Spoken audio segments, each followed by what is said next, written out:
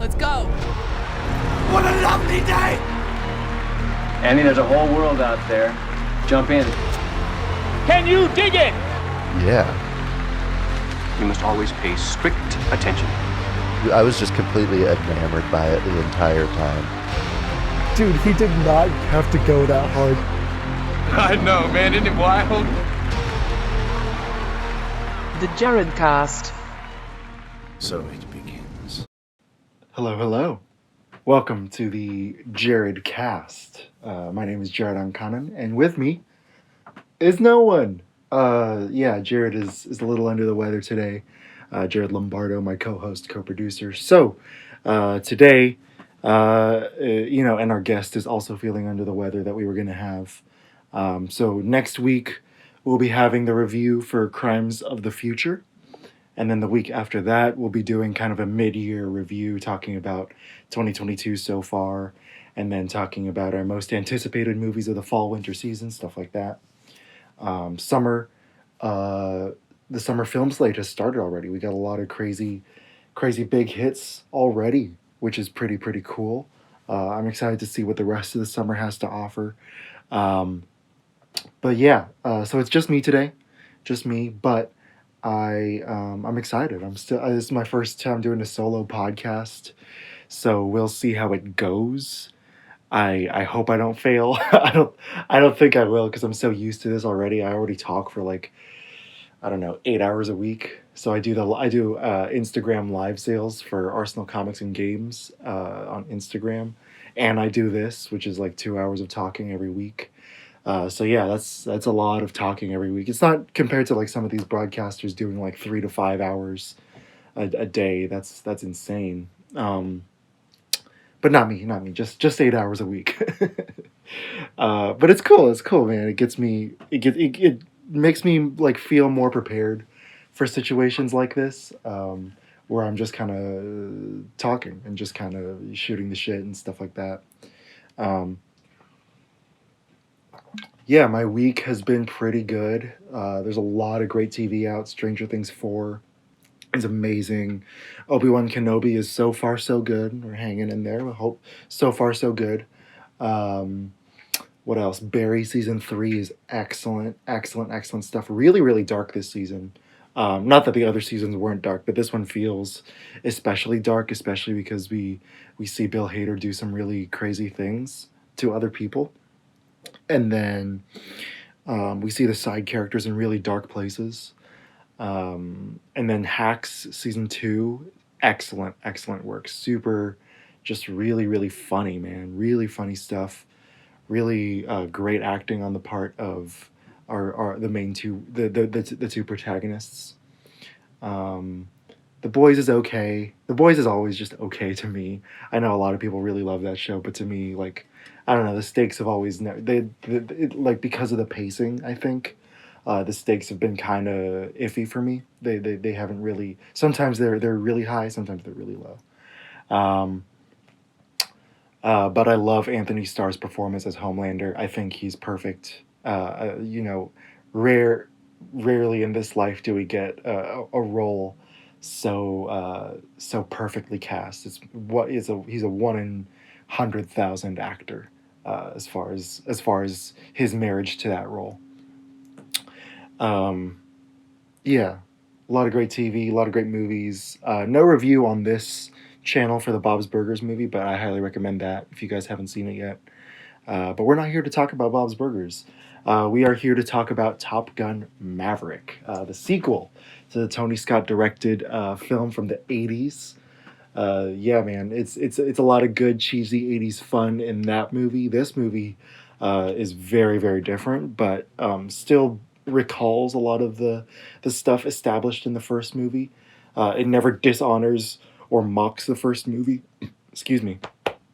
Actually, it feels like a fulfillment of the promise of the first movie, and kind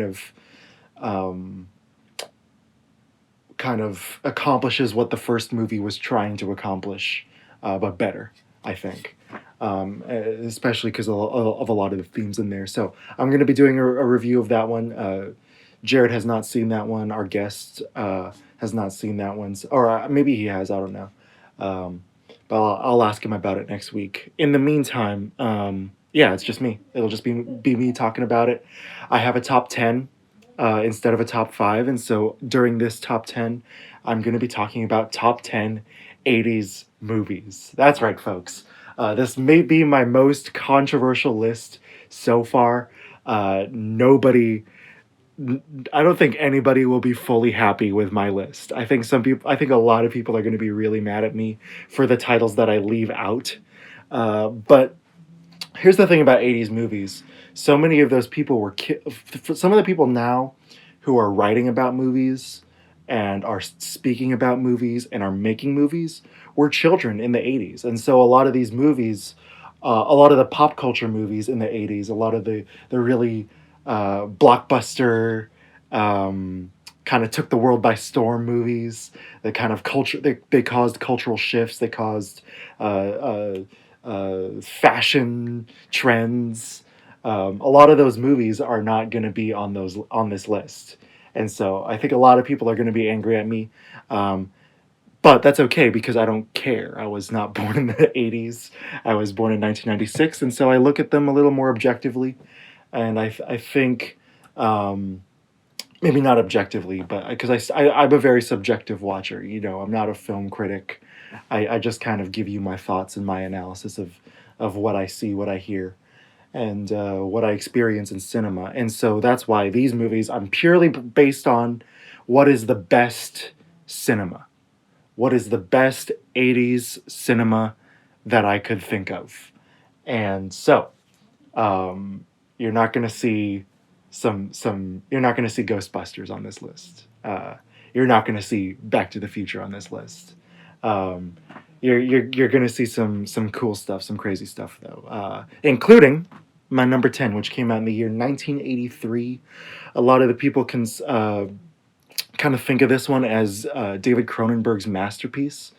I think it's certainly in his top 5. I don't know if it's my favorite David Cronenberg.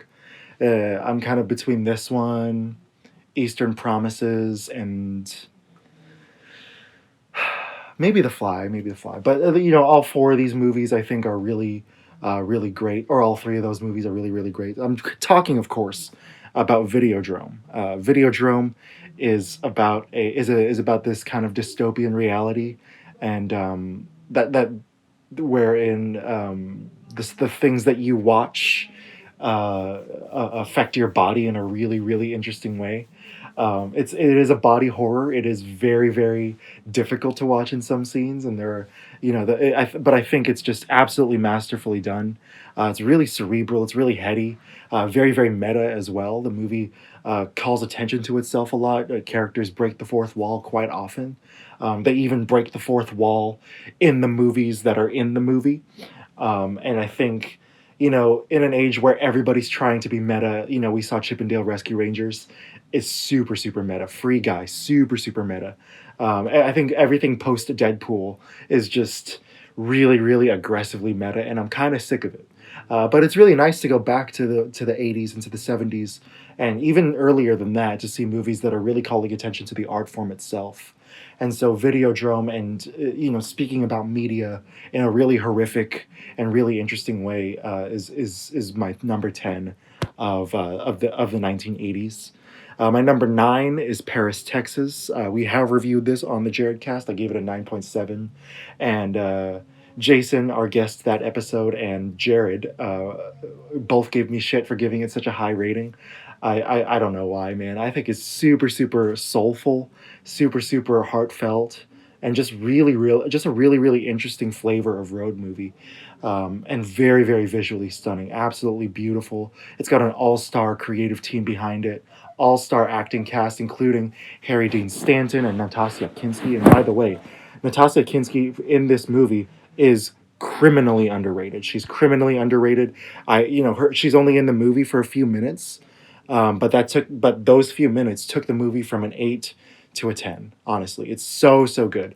Brilliant filmmaking, and just really, really, it's a beautiful portrait of America at a time when Europe was very anti-American, right? During the 80s, they could recognize a lot of the stuff that was going on that Americans couldn't. A lot of Americans didn't realize like how screwed up this country was because they were just enjoying themselves. They were enjoying the excess, and that's kind of what the 80s were. It was fine, it was cool, it was fun for white people, but there were a lot of problems going on back then. And so this movie recognizes a lot of those economic problems and a lot of those social problems, but still looks at the beauty and the heart of the people just trying to get by. And I think that's really, really special. At number 8, I have a weird movie. It's a Polish filmmaker, I think. It's shot in Germany.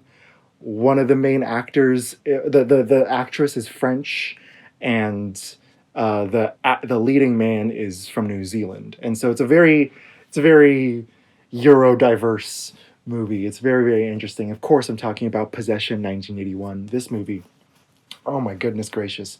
There's nothing else like it in the world, man. I don't want to give anything away about it. It's got one of the best film performances of all time, especially in a horror movie.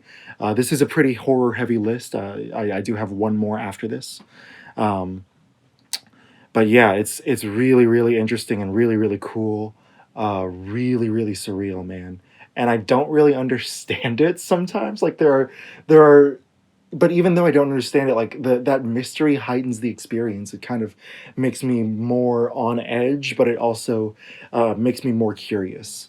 It's very, very deep in terms of the way it talks about the kind of social problems of Berlin at the time, sexuality between men and women, and all this crazy stuff, man. It's super, super heavy, super, super interesting. It's also about parenting. It's also about just kind of femininity and what's expected of women, and how that kind of drives this character insane. It's really, really cool and so nightmarish. Like you like when you're done watching it, you feel like you've woken up from a nightmare because it's so, yeah. There's not enough good things I can say about Possession. At number 7, too many people have said good things about this movie. It's The Shining. Came out in 1980, so it doesn't really feel like an 80s film, but it did kind of help shape the 80s and shape slasher films. You know, the use of an axe as a weapon was used over and over and over again in the 80s because of this movie, I think. And I spoke earlier about not wanting to focus on pop culture phenomenons, but The Shining is just such great cinema that it doesn't really matter. It doesn't really matter that this movie's popular because it's just that good. It's just really that beautiful and brilliant and amazing. Yeah, I love The Shining. I can't get enough of it. Might be my favorite Kubrick, maybe.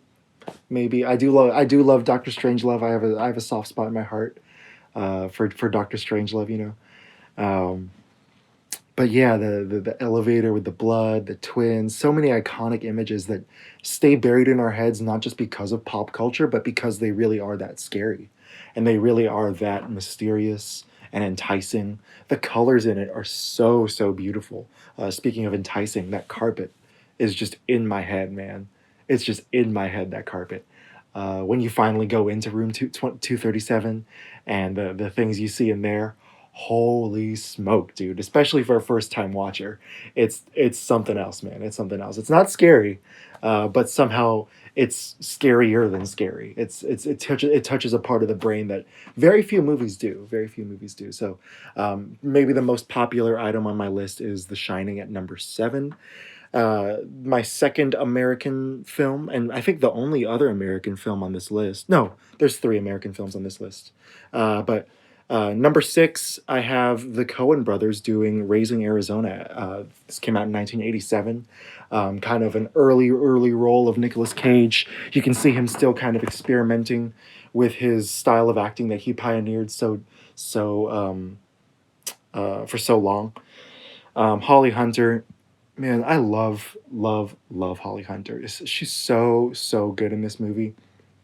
John Goodman, very early performance by him, and he's excellent. He's so funny. He makes me laugh every time. The way he just screams when he realizes he left the baby on the top of the car. hilarious, hilarious. One of the best bank robbing scenes of all time. One of the best robbery scenes, period, when he's just trying to steal the diapers. Yeah, man, it's perfect editing too. Like this, like you could teach a whole editing class by just watching Raising Arizona, 10 times. It's absolutely brilliant the way they apply Eisenstein's techniques, but they also kind of are discovering their own Coen Brothers rhythm.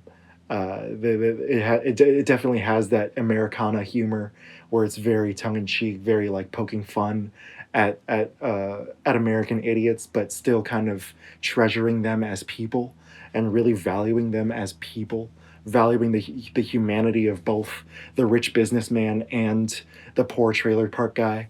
Both of these fathers are juxtaposed together, and you see both of their hearts, and you see both of where they're coming from, even as you're laughing at them. And so Raising Arizona is, I think, a perfect comedy, the best 80s comedy, at least from America, in my opinion. At number 5, I have one of my favorite Akira Kurosawa films. He made the movie Ran in 1984, at a time in his life where he was kind of declining. He had nearly killed himself, and then nobody was watching his movies. Kagemusha came out, and that was kind of a trial run for Ran. Because and Kagemusha was a little more successful, and then Ran was way more successful, and all of a sudden these new Hollywood guys like Spielberg, De Palma, Coppola, what's the other guy, Lucas, Scorsese, they were all like watching him make the movie. You could see them in the behind the scenes, like standing by him around the camera, learning from the master. And yeah, Ran is an early. It's a Japanese medieval remake of King Lear, or retelling of King Lear by William Shakespeare, and it's devastating, man. But it's also really really beautiful. The colors are unlike anything else you've seen in this world, man. So cool the way they use color in this movie. It's very frustrating when you see movies and TV shows where we have unlimited ability with color. We have unlimited resources with color, like color correction. You can basically do anything you want now, and people are just wasting it. They're just kind of teal and orange. Let's copy Drive again. I hate that. I hate that. But I love how the colors mean something in the movie. They mean something. I won't give away what they mean, but definitely watch it. It's a long movie, but they just remastered it in 4K. I highly recommend you buy it on Blu-ray if you can, or you can rent it on Amazon in 4K as well. Definitely watch Ran. It's a great gateway if you've never seen a Kurosawa film, and if you're an old Kurosawa fan and you haven't seen it, definitely watch it. Definitely watch it. Lovers of Seven Samurai will eat that up, man. They'll eat it up. Number 4, I have my second and last Japanese film. No, third. Sorry, there are 3 Japanese films on this list. Sorry. My second Japanese film is My Neighbor Totoro. At number 4, this movie came out in 1988, directed by Hayao Miyazaki. Yeah, I feel like this movie is just a perfect kids movie. So many people that I know watched it growing up as a kid, and they loved it. They adore it. It's kind of about nothing, but it's also about everything. It's about family. It's about love. It's about imagination and creativity and adventure and sadness and hope and joy and love and faith, all rolled into one movie about 2 kids running around the forest and meeting a big cat, a big bunny creature. I don't even know what Totoro is really, but that's kind of the fun of it. Yeah, it still holds up, the animation. That's kind of rare for a lot of movies that are more than 30 years old. But it's really something, man. It's on HBO Max. The entire Studio Ghibli collection's on HBO Max.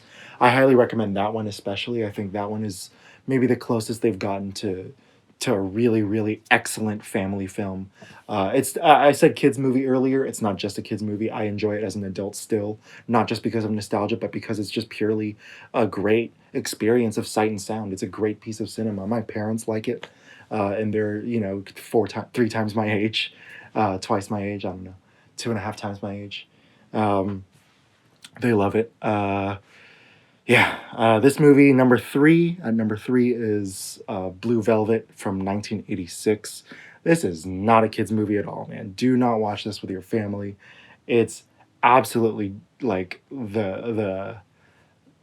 I'm so fascinated by really depraved sides of humanity, and really, you know, like movies that really try to dive into the nature of like sin in people, and this movie does that really really well, man. It's insane. The entire movie is communicated in that first sequence where you hear this "She wore blue," and you see every like this perfect Americana landscape, this suburbscape, and then the picket white fences, literally picket white fences, and then you tilt down, and all of a sudden you see these bugs crawling around, eating each other, and the music gets more warbled and more muffled and more bassy and more sinister, and that's kind of the entire movie. It's about the sinister layers underneath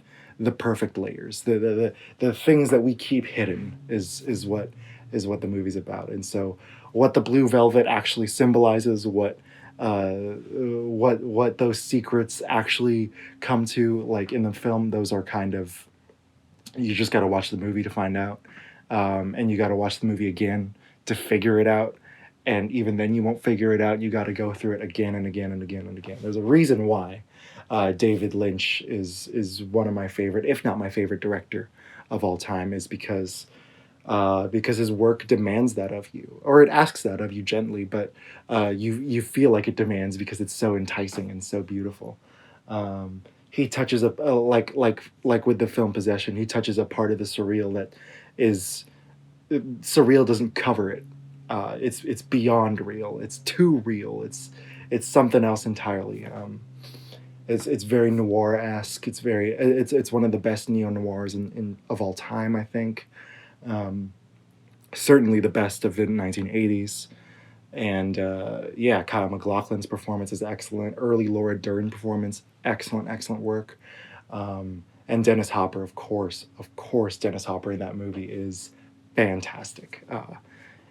Amazing film, Blue Velvet.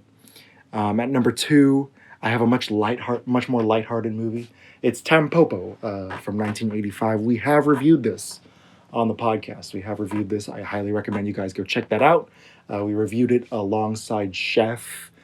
I forget what the episode number was, but yeah, it's there. But yeah, Tampopo is brilliant, man. It's a movie that's kind of about ramen, and it's structured like a bowl of ramen, where you have the broth, you have the noodles, you have the essentials of what makes a movie, but then you have all these little toppings all over the place that kind of spice up the movie and kind of make it really really beautiful, and make it really take it to the next level essentially.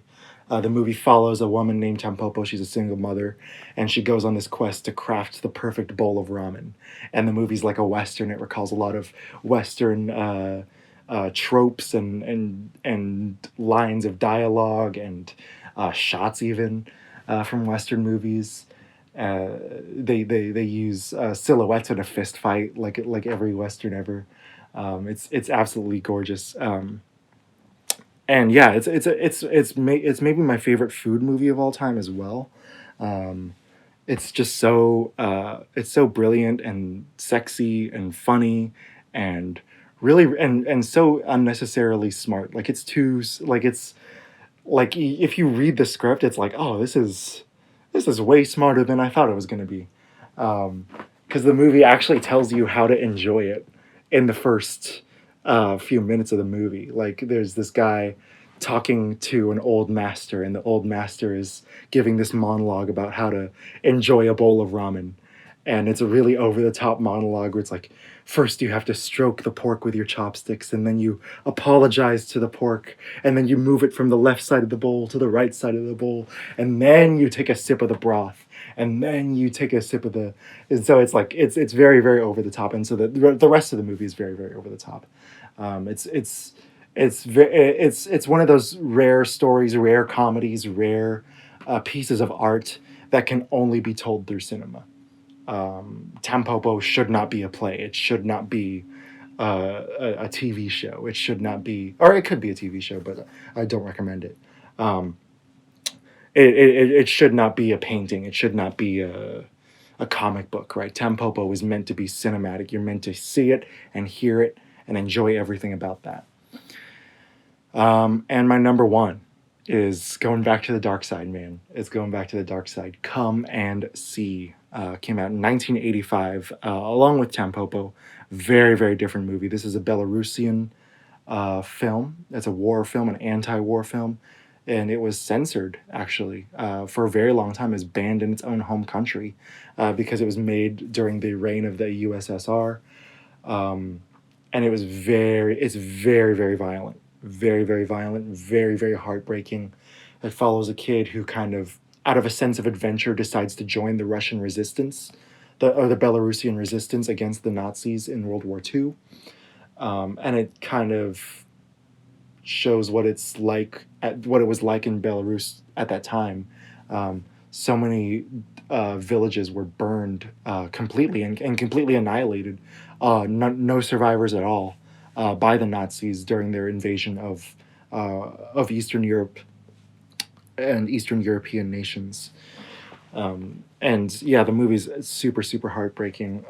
It does get a little surreal sometimes, but the movie feels heavier than that. It feels like a horror movie almost because of what this kid goes through.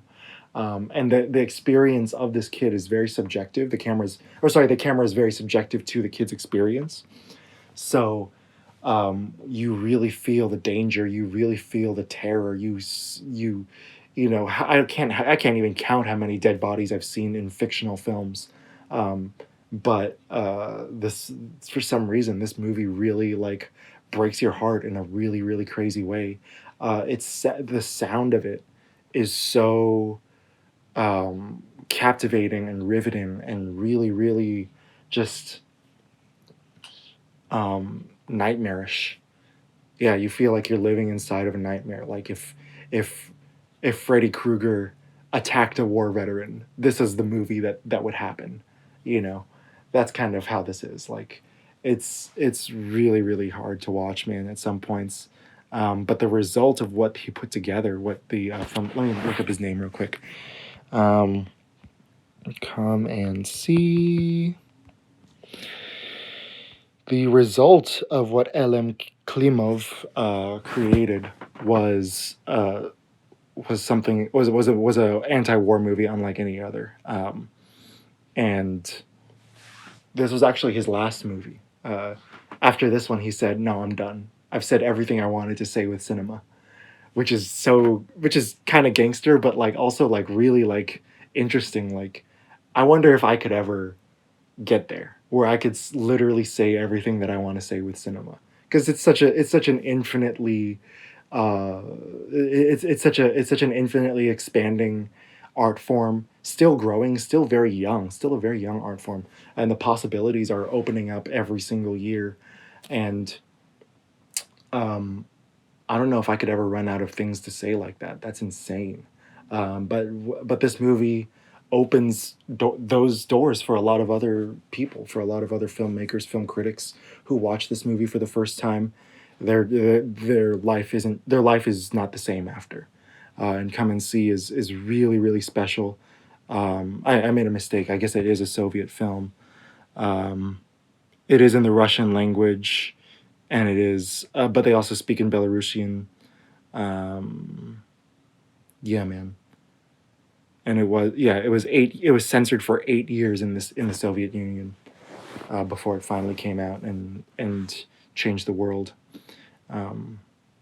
Yeah, Come and See is a very, very intense drama, like the other movies in this top five. In my top five, I think it can only be, or in my top four, it can only be told through cinema as an art form, and so I think that's what makes it so unique and so interesting, and that's kind of why that's why it's got to be number one. Actually, I think the top three could easily be interchangeable, but because they're all 10 out of 10s in my opinion. But Come and See is definitely up there, man. It's so good. Yeah. All right. So that was my last that was my number one of the years 1980 through 1989. Sorry, um, if you didn't like it, too bad. Um, it's not for you. It's my top 10. Yeah, whatever. Yeah, switching gears now, talking about Top Gun Maverick. Yeah, this movie came out a couple weeks ago, and it is really good. I was really happy with it. Like the original Top Gun, it's good old fashioned cheesy fun. It is from the 80's. It's very almost aggressively 80's. Um, the whole Tom Cruise of it all, the whole Kenny Loggins of it all, the whole Val Kilmer of it all. It's very 80's, very 80's. But it's good old fashioned cheesy fun, man, and it's it's got a very shallow romance, but it's also got a whole lot of cliches. But I think the thing that tied it all together and what made it a classic was Tony Scott and Tony Scott's sensibility as a filmmaker. He had a really beautiful visual style that was still kind of being developed in Top Gun, and you can see the beginnings of it there.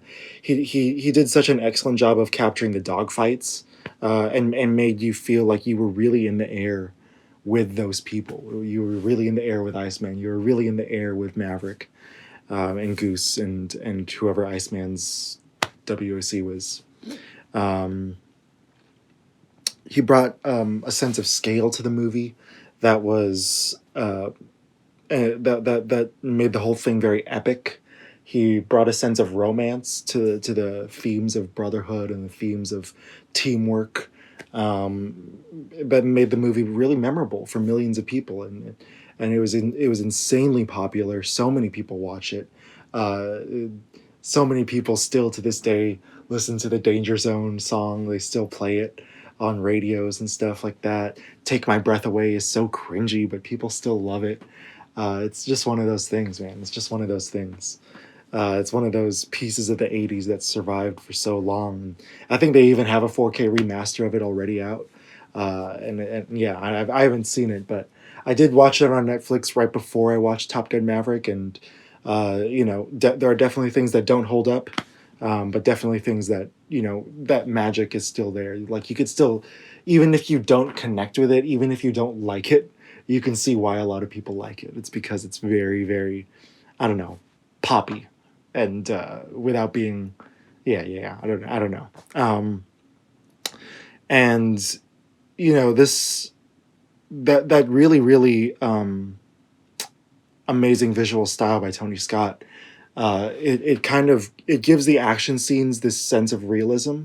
I said you're up in the air. You feel like you're up in the air with these people, and that heightens the tension as well. So even though these are just practice runs that they're going on, you still feel like, oh man, like these people could die at any second. There's really dangerous stuff that's going on, but it's still really cool to watch.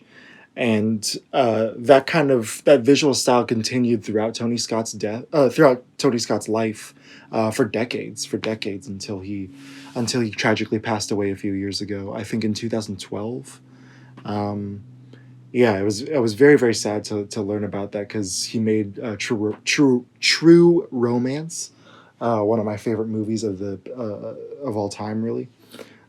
Such a great movie, such a great action comedy, and yeah, I love Tony Scott, and so I was very cautiously optimistic when I heard that Top Gun Maverick would move on without him.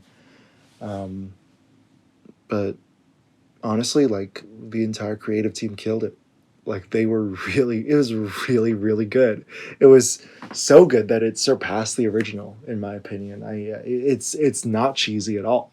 Like it's actually like they kind of bring in some of the cheesy elements, like singing in a bar with your friends. Like no one does that, but but it's still there. The kind of like wink wink romance between him and Jennifer Connelly reminds me of the wink wink romance between him and Kelly McGillis in the first one.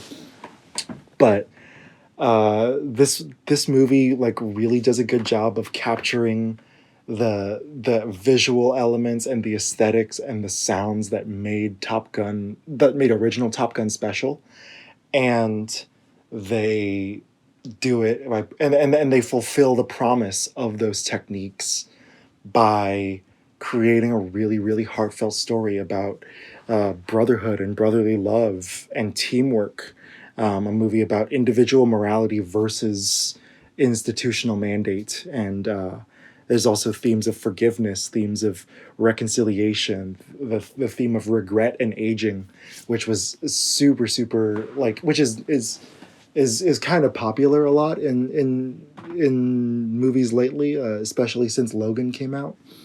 But they do it really well here. Like Maverick's not that old, and but you still feel that sense of regret in him. You feel like, yeah, that you can see the 36 years in his face. And speaking of face, man, I mean Tom Cruise still got it at the age of 60, man. He's still got it. He's still like he is at the forefront. He is the vanguard of action cinema right now. Nobody else is even coming close to what he's doing. And the just the level of quality in the movies that he gets to be a part of creatively. So not The Mummy, but definitely the other movies like the Mission Impossible films or Jack Reacher. Those, like, he's been really really on top of it these past few years, and I'm very happy for him, man. He went through a little bit of a dip, but we see here, like, it's no joke, man. He is like a legit movie star. He really really understands. He has kind of the Kobe Bryant Mamba mentality where it's like he just wants to be better every single time, and every single time he goes out there. And I'm not saying he's the Kobe Bryant of cinema. There's this really really interesting sense of purpose throughout the film. This purpose to honor the filmmaker Tony Scott, to honor his visual style, to honor the legacy of the original film, but also to create something new and really push the boundaries of what is possible. We see this in the technology that they used to make the movie.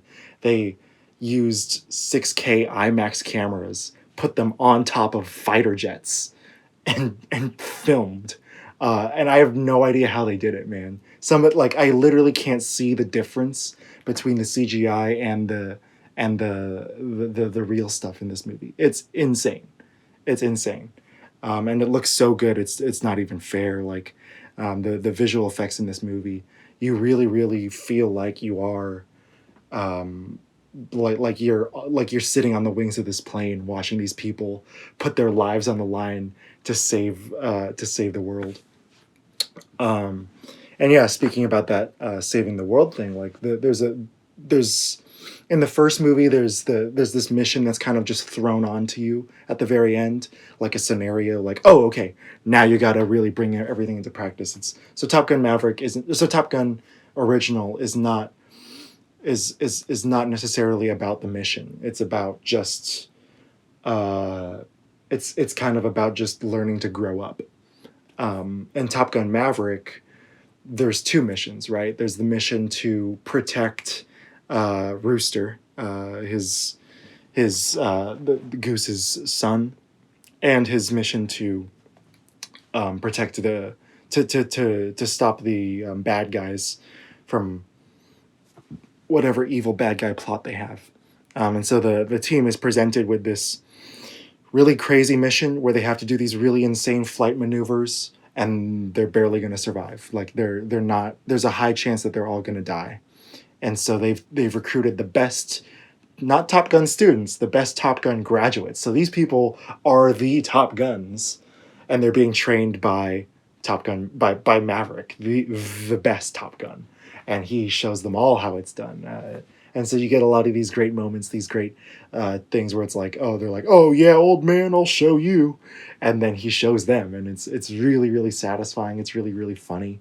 There's a scene where he just like where he beats all of them super easily, and you see the difference in his level of creativity while he flies, his level of ingenuity, and his level of experience. It's on another level, and it's really brilliant and amazing. And yeah, it kind of helps push the story along, this tension between the past and the present, right?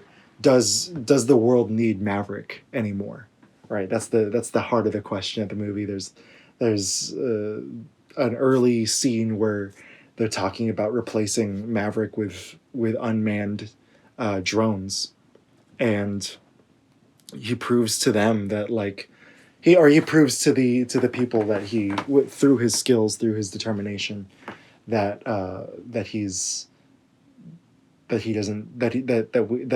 we need human beings in the air.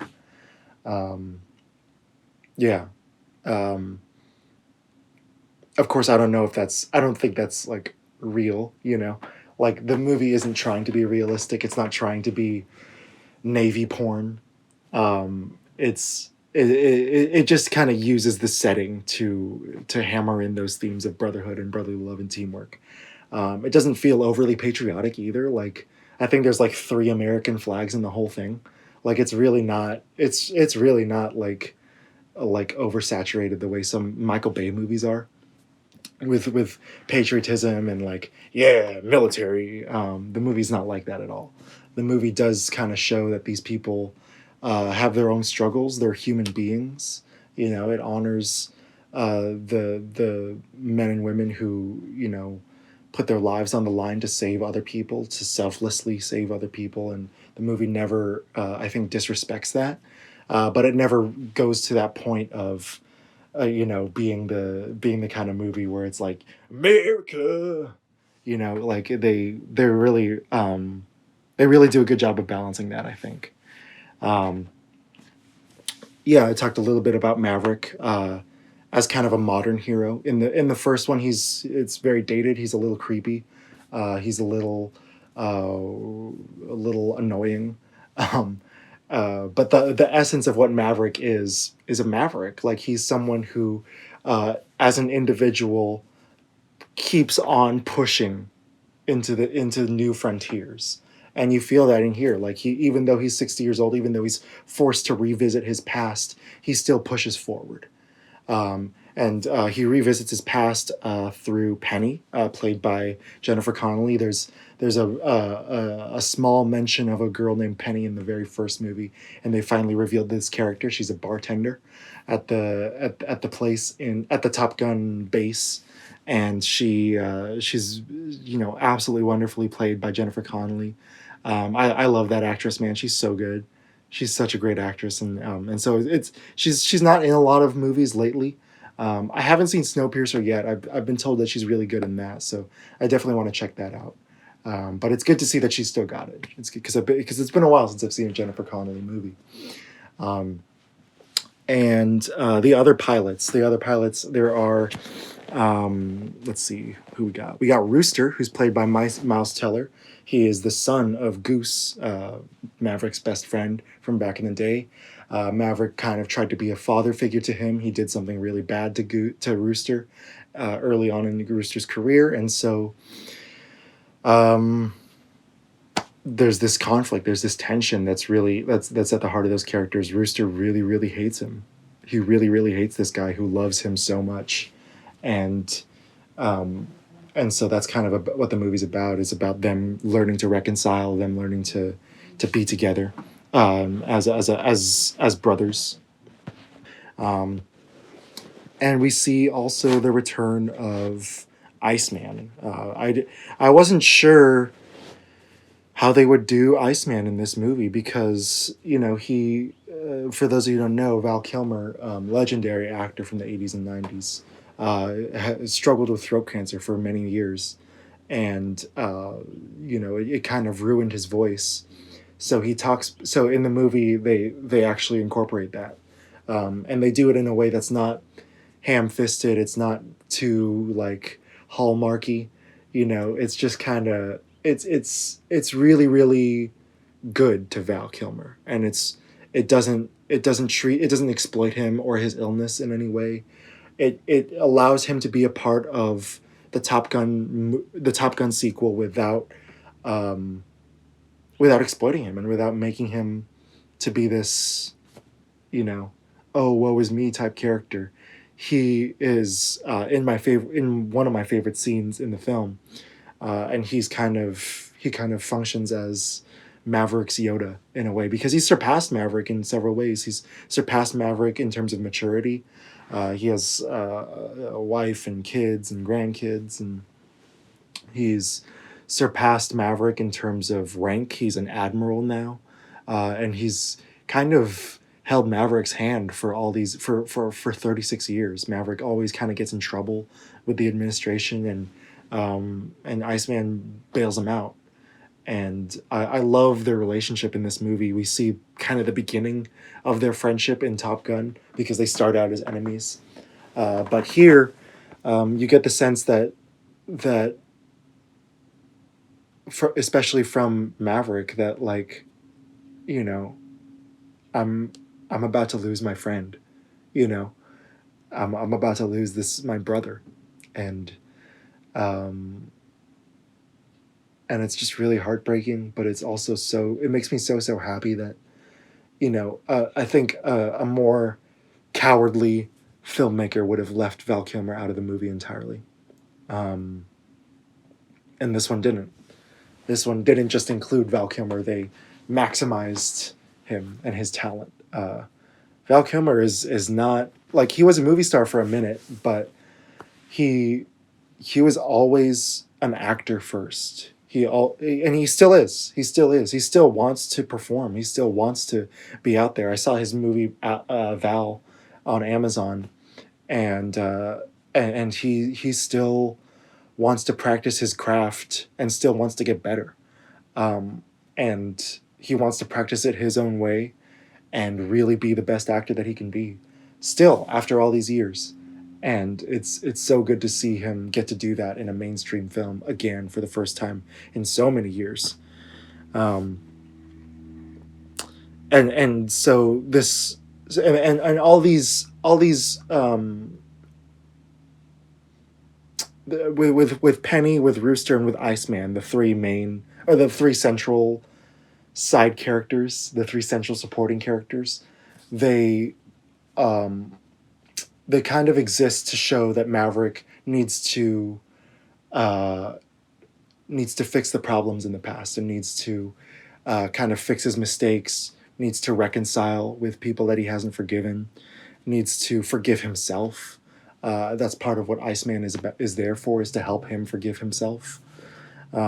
It's kind of, there's the theme of regret and aging. There's a lot of themes of regret with Penny. Like he's burned her so many times. He's broken her heart so many times.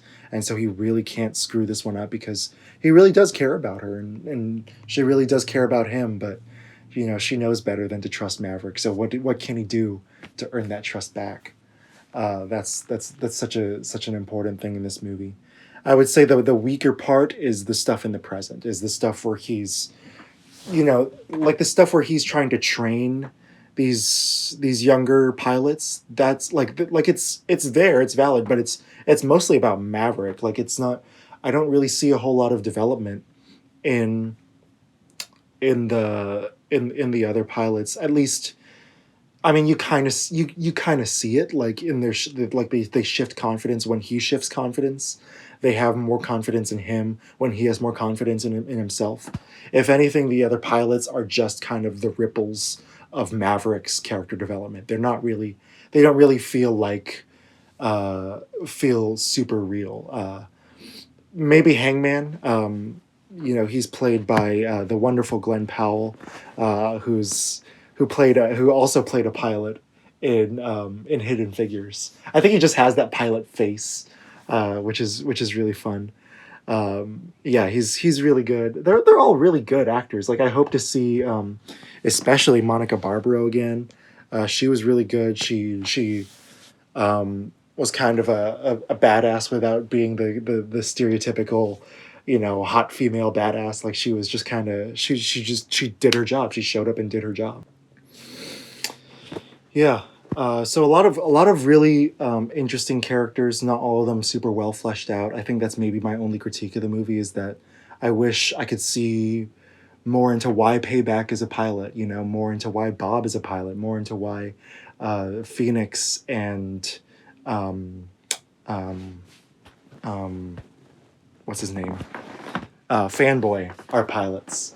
Like, we like maybe their names, their nicknames are like symbols. Phoenix rising from the, but it's just it doesn't really work. That being said, this movie is not it is a character study. It's not supposed to be, I think, an ensemble drama, the way 12 Angry Men is, or the way all these classics are. I think this movie is first and foremost a character study and an action movie, and the action in here is excellent. It is perfect. It is almost flawless. I think the one genre where I can say I'm a full connoisseur, because there's as many movies as I've seen. My film diary is still pretty light. Like, I still have a lot to watch. There's so much to watch out there, and I feel like it's a never ending sea, which is why I love cinema in that way. Um, but I do know action movies well. I think I can be a pretty good critic of like what makes a good action sequence, what makes a great action sequence, what makes a meh action sequence, what makes a bad action sequence. And this movie has no bad action sequences. All of them are great to excellent, because of the camera placement. Oftentimes we're put inside the cockpit with the actors, but we're put sometimes, at the like outside the cockpit. Like we can see them in jets, which is crazy to me. I love that they use that in modern technology. Like they really, really do use real airplanes in this movie, and they like there's this sense of the visual and sense of the audio that you of the aural that you can't really replicate with CGI. You can't really replicate with music, with cheesy music. You have to kind of just you have to really, how do you say it? You have to make it feel authentic as possible to heighten the tension. We see this with martial arts movies. Even martial arts comedies, they have to use you have to show the hits, you have to show the punches, the kicks, the movements, the build up to the punches and kicks. And here is really interesting because there aren't really any fight scenes, but there is this sense of tension, release, tension, release, tension, release, that you really feel in the movie theater. You really can't get that outside of an IMAX experience. And so I think they took the IMAX 6K format, which is pretty new, and they really maximized its potential. It's not just a sense of scale, it's a sense of holy crap, this is epic. This is the shit, man. I can't get enough of this. Like I feel like I'm just enjoying a really great plate of nachos, when I'm inside these action sequences. And like, oh my god, that chip was really good. I got a lot of meat on there. Oh my god, that chip was really good. I got a lot of guac on there. And it just never stops until the plate is done. And that's kind of how I feel with Top Gun Maverick. Like, it's just this really amazing plate of nachos, man. And every single chip is just loaded with cheese, loaded with guac, loaded with meat, loaded with beans and salt. And it's just it's a really well seasoned movie. All the textures and the production design, they look real. They look like like lived in, like these pilots really practiced in these planes and really like care for their machines and really value these aircrafts. You also get a sense of danger when they're practicing like really really crazy techniques, like they have to pull a lot of G's when they're going into dives and going and pulling back up really high. You know, you really get the sense that, oh, their life is on the line 100% of the time that they're in this aircraft, even though they're the best. Yeah. So I gave it a 9.5. I really love this movie. I think it's one of my favorite movies of the year so far. Maybe my favorite movie of the year so far. And I love the Bob's Burgers movie. I love Everything Everywhere All at Once. I think those movies are excellent. And this movie greatly exceeded my expectations in a way that no other movie did this year. So yeah, favorite scenes. My favorite scene is I love the opening test flight. Maverick is kind of put in this position where he's trying to go Mach 10 to keep the program funded, the manned test flight program funded. He's also there's also my other favorite scene is reuniting with Iceman. I think it's just that's kind of what makes the movie special in that scene. It's very hard to describe that movie without actually to describe what makes this movie great without actually watching that scene. And yeah, that's why I love cinema, is that this movie is a pure cinematic expression in the sense that it can only be told with cinema, this story. When Maverick completes the run in 2 minutes and 15 seconds, that was crazy. And like you kind of see what makes Maverick such an iconic hero. I love the mission sequence where you finally get to see the pilots and everything that they've learned, be factored into their performance. That's where you really get to see the supporting cast shine. It's really interesting, and it's a beautiful stunt sequence. There are so many great shots of the planes going around. There's this really good shot of all four planes going around the corner on the riverbed, on a river bend, and it's just insanely good. And then the final dogfight in an F-14. This is kind of where the nostalgia meets the present in the movie, when Maverick and Rooster have to reconcile and work together. Rooster's in the same seat that his father was back in the day, and you really get to see Maverick pushed to the brink, and it's so cool. You never see him really in danger that much until that point in the movie, and so it's very cool. It's very it makes the movie great. Like, you always want to root for an underdog, and how do you root for an underdog when you have this kind of indestructible pilot, unkillable pilot, and like they do a good job of making you feel like he's really in danger. Like, oh shit, maybe Maverick won't get out of this. Maybe Maverick really is gonna have to sacrifice himself to live. Like, it's insane. And so yeah, that final dogfight was really thrilling, really interesting. They're on edge for every single second. I remember gripping the arms of my seat when I was watching it. It was really cool. Really cool, man. Am I forgetting anything? I don't think I'm forgetting anything. The music was okay. I think Lady Gaga's song is very dad rock. It's very cringy.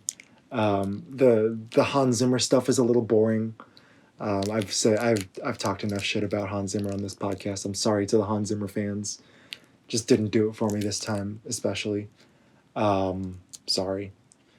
But yeah, other than that, like, underdeveloped side characters and the music are the only things I have to knock against it. Everything else was executed with pure excellence. This is top tier filmmaking, top tier, high degree black belt filmmaking. Like, it's hard to put any other movie star above Tom Cruise. It's easy to see why people kind of view him as the last movie star, and